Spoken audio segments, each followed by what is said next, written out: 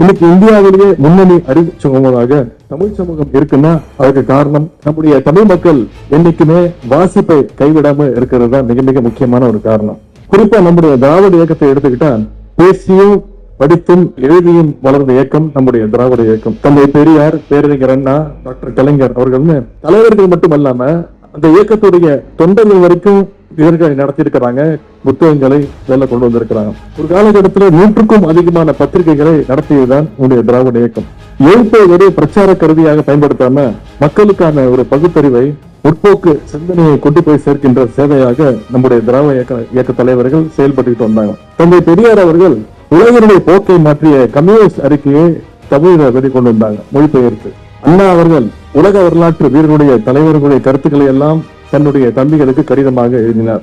அண்ணா அவர்கள் அன்றைக்கு பற்ற வைத்த அறிவித்து இன்று வரை கோய்ந்துவிட்டு எழுதுகின்றால் மிகையாகாது. தீ பரவட்டும் என்று சொன்னால் இன்றைக்கு கூட சில பேர் பயந்து நடக்குகின்றார்கள்.